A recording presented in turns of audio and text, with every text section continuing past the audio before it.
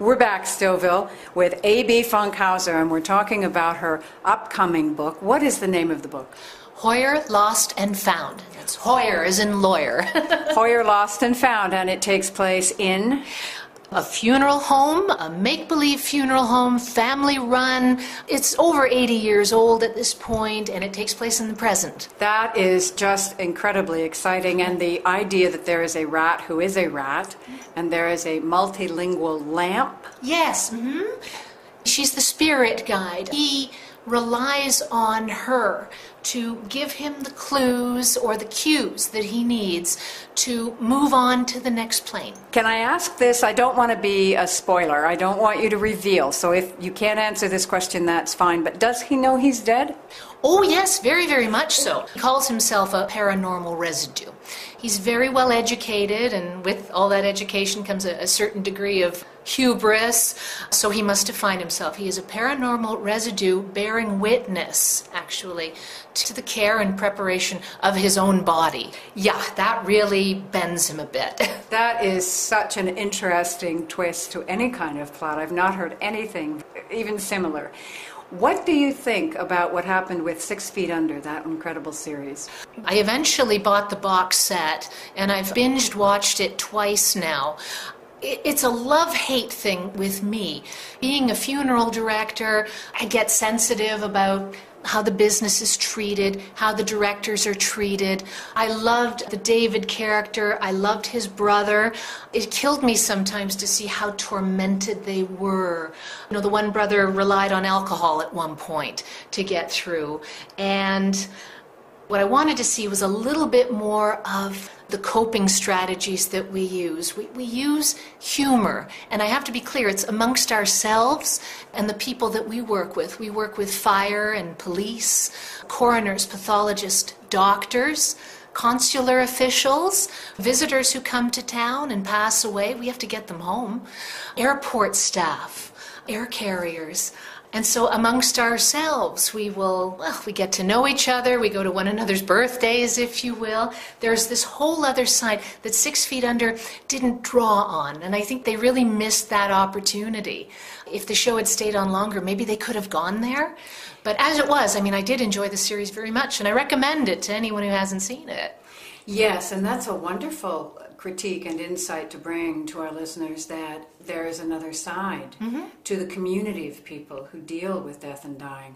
My husband worked with the immigration department for a long time and was an undercover agent, and his way of describing his work was that he would put guns on, which guns he needed that day. Yeah. And he went after serial killers and so forth. And he has the best sense of humor of anyone I think I've ever met.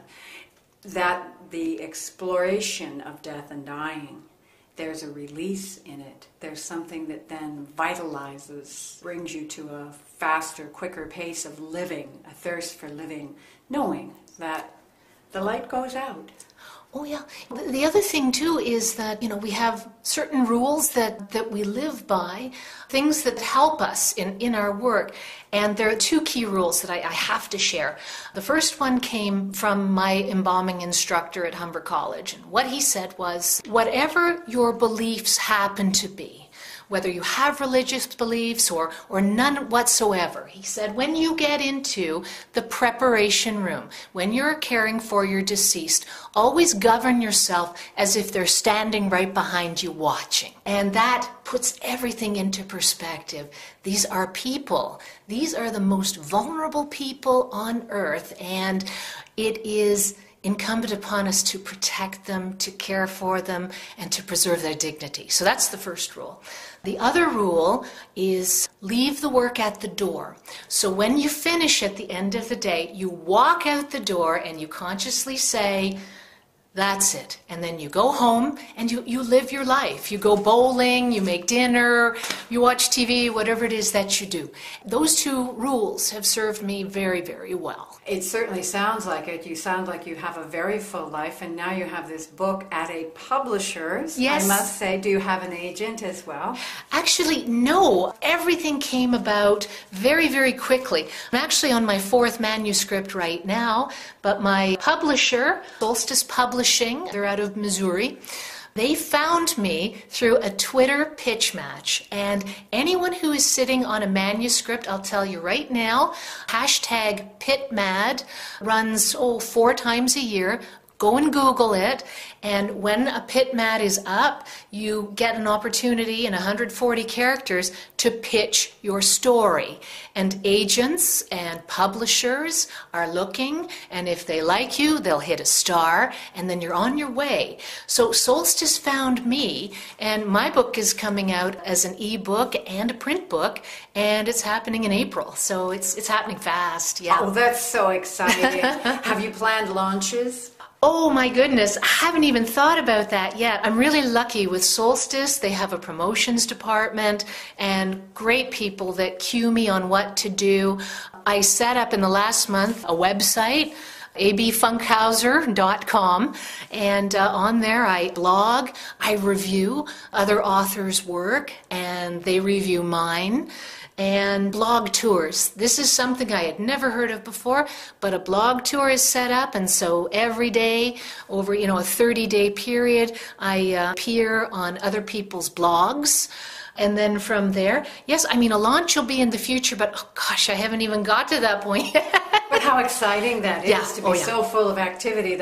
And the lovely thing about the new world of publishing and of books to me is that there's no real timeline. It used to be that when you had a book published by one of the big 6, the 6 sisters, I think they're called in some circles, that then they would provide a launch. For example, I was at a wonderful launch for Eva Stashniak down at Ben McNally, down beautiful, beautiful bookstore downtown Toronto. And that was the night when the book came out. And then, of course, they have wonderful expositions on the e-world. But the fact of the matter is now you can put a book out this year and have another series of launches next year. Yeah. Mm-hmm. Especially because of the nature of cyberspace.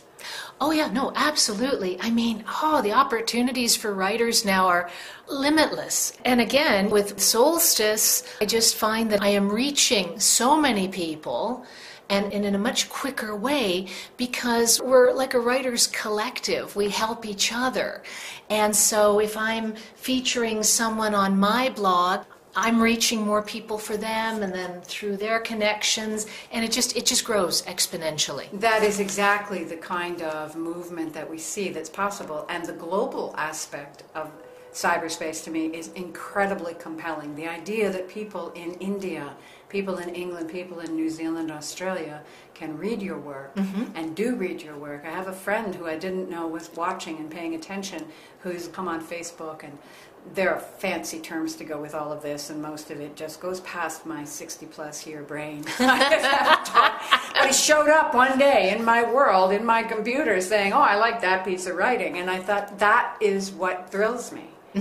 It's the sudden unexpected. Yes, we are connected. We are one planet. And our words go out, and they have importance. We do belong. We belong to each other. We belong to this planet. And the power of that coming from the computer, I think, is one of its best aspects. Well, I just love too, it's like the WCDR motto is that writing need not be a solitary activity. And it's not. I don't feel alone. Through every step of this process, there were the Facebook friends and the writers groups. The writers group I belong to, the Brooklyn 7 very, very talented writers, and I talk about them nonstop on my website. We had very, very recently Rachel Stapleton yes. come on and talk again about PitMad and about pitching and so forth. So well, and she's another Solstice author too. Exactly, and she is one of the Brooklyn 7, I believe. Yes, she is, absolutely. So they've been with me every step of the way, and then when Solstice picked me up, automatically I had access to another 150 writers. And so amongst ourselves, questions about how to structure a website, ideas for blogs, they're right there. Yeah, and so now I'm blogging. I didn't know I had it in me, but I'm blogging. And like you said, I look at the stats and I see there are people in Ireland, in India. Yes. Someone from the United Arab Emirates checked in. I mean, good heavens. Yes, yes. It's overwhelming. It's gratifying, too. It's a great feeling.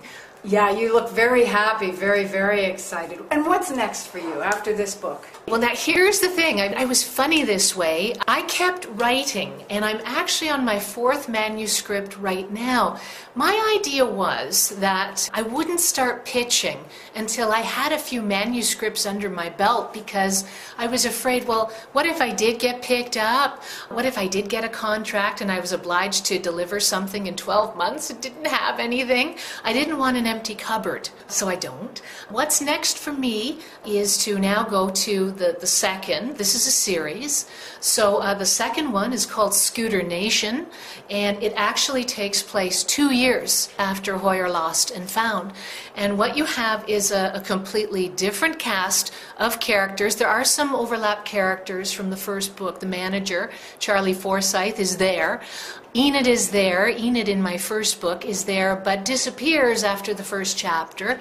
And so it's the funeral home that's the constant character. So I get book number 2 ready, and number 3, number 4, and so on and so on. How comforting for you. I can just see the joy of that. How often do you write through the week? 2 years ago, when it looked like maybe I had a talent for this, my husband John, who is unbelievably supportive, said to me, well, why don't you take some time off and make a go of it? Why don't you finish this and see what happens?